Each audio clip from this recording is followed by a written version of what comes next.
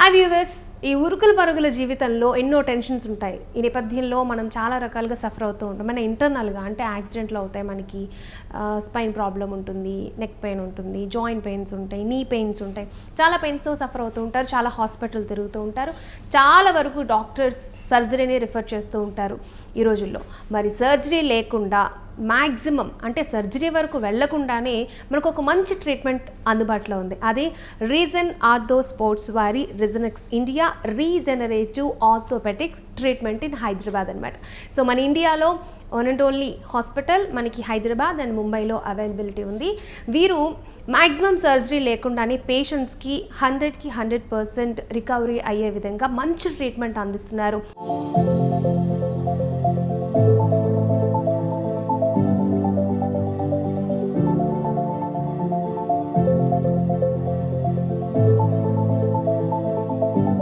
Right, మనతో పాటు doctor Anand Alluri గారు ఉన్నారు. వారిని అడిగి మరిన్ని విషయాలు తెలుసుకుందాం.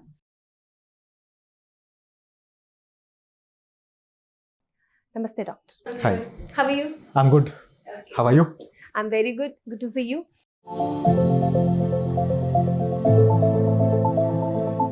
డాక్టర్, రీజనరేటివ్ ఆర్థోపెడిక్స్ అంటే ఏంటి?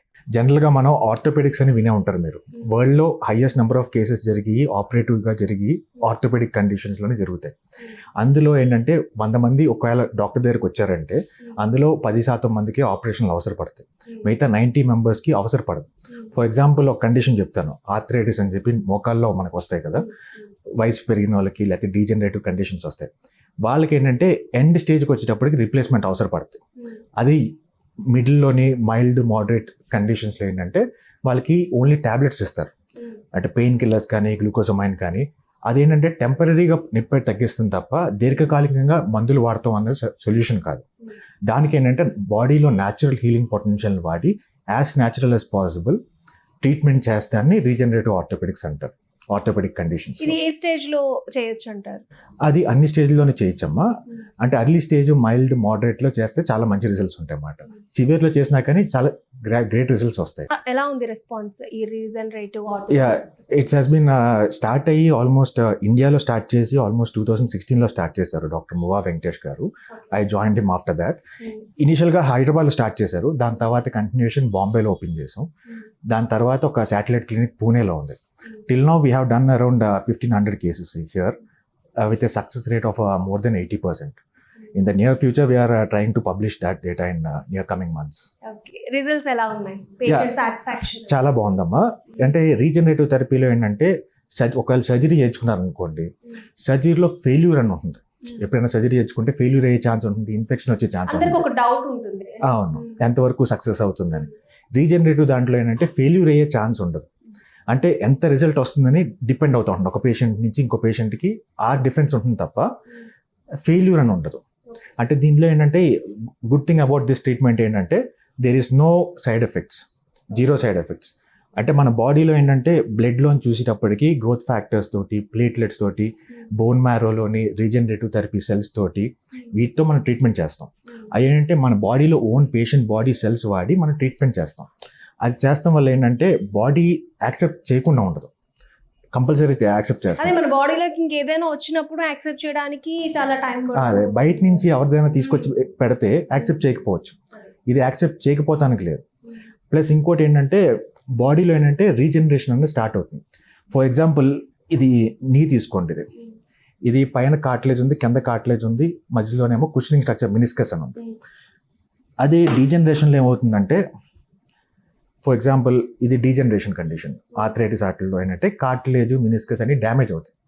ఇప్పుడు మేము చేసే థెరపీలో ఏంటంటే ఈ పర్టికులర్ పాయింట్కి నాన్ సర్జికల్గా చిన్న చిన్న నీడిల్స్ తోటి ఆ పర్టికులర్ పాయింట్స్ ఎక్కడైతే ఎఫెక్ట్ అయినాయో ఆ పర్టికులర్ ఏరియాస్కి వెళ్ళి అక్కడే ఇంజెక్ట్ చేస్తాం అన్నమాట.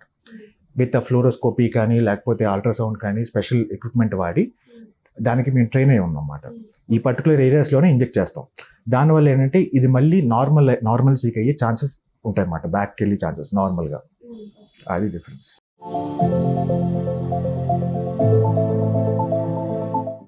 మీ గురించి అంటే ఎప్పుడు స్టార్ట్ చేశారు, ఇది ఎందుకు చూస్ చేసుకున్నారు? ఇట్స్ బై చాయిస్ అమ్మా. I did my MBBS and MS in India. After that I did my fellowship from Germany. తర్వాత MCH అన్నది యూకేలో చేశాను. అది చేసిన తర్వాత I use to do normal practice, replacement, orthopedic practice చేసేవాడిని. చేసేటప్పుడు ఏంటంటే ఏదో డిస్సాటిస్ఫాక్షన్. ఇప్పుడు 100 మెంబర్స్ ఓపీ చూస్తే అందులో 10-15 పీపుల్కి రిప్లేస్మెంట్ కానీ వేరే సర్జరీస్ కానీ సజెస్ట్ చేసేవాళ్ళమే. మిగతా 80 పీపుల్కి ఏంటంటే టూ ఎర్లీ ఉంటారు, లేకపోతే మధ్యలో ఉంటారు అన్నమాట. సర్జరీ స్టేజ్కి వచ్చి ఉంటారు. వాళ్ళు ఏంటంటే వాళ్ళకి ట్యాబ్లెట్లు ఇస్తూ ఉంటాం.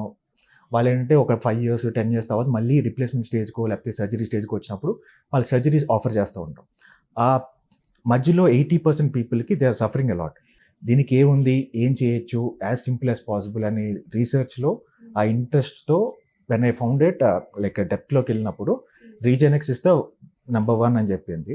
మువ్వా వెంకటేష్ గారు ఇండియాకి తీసుకొస్తాంతో ఇట్ వాస్ కనెక్ట్ అయ్యి ఆయనతోటి ఇంటరాక్ట్ అయ్యి ఆ సిస్టమ్ లోపలికి వెళ్ళగలిగాను. ఎన్ని ఇయర్స్ అనుకోవచ్చు మీరు అందులోకి ఇంటరాక్ట్ అయ్యి?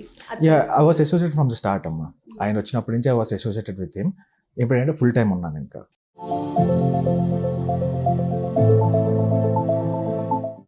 ఏజ్ వాళ్ళకి ఇది ఈ ప్రొసీజర్ చేస్తే బాగుంటుంది అంటారు? అంటే చాలామంది ఈ ఈ ప్రాబ్లంతో సఫర్ అవుతూ ఉంటారు కదా. సర్జరీ అనగానే చేయించుకున్న తర్వాత రిజల్ట్ ఎలా ఉంటుంది, సైడ్ ఎఫెక్ట్స్ ఎలా ఉంటుందని చాలామందికి డౌట్స్ వస్తూ ఉంటాయి. అండ్ ఈ ప్రాబ్లంతో సఫర్ అయ్యే వాళ్ళ శాతం కూడా ఎంత ఉండొచ్చు అంటారు? ఇట్స్ ఇప్పుడు ఆర్థోపెడిక్ కండిషన్స్ తీసుకుంటే 90% వాటికి వీ కెన్ ట్రీట్ దెమ్ అమ్మా. నాట్ 100% చెప్తాం, కరెక్ట్ కాదు, 90% వరకు we can treat them. Young జనరేషన్లో వచ్చేటప్పటికి ఇంజురీస్, స్పోర్ట్స్ రిలేటెడ్ ఇంజురీస్ కానీ చిన్న ఇంజురీస్ వల్ల టేర్స్ లాంటివి అవుతాయి. మిడ్ గ్రూప్లో ఏంటంటే డీజనరేషన్ లాంటివి ఎక్కువ కనిపిస్తాయి మిడ్ ఏజ్ గ్రూప్లో. ఓల్డ్ ఏజ్ గ్రూప్లో ఏంటంటే ఆర్థరైటిక్ కండిషన్స్ ఎక్కువగా చూస్తాం మేము. మనకేంటంటే బాడీలో ఏమి చేస్తామంటే ఇట్స్ ఎ బిగ్ లిస్ట్.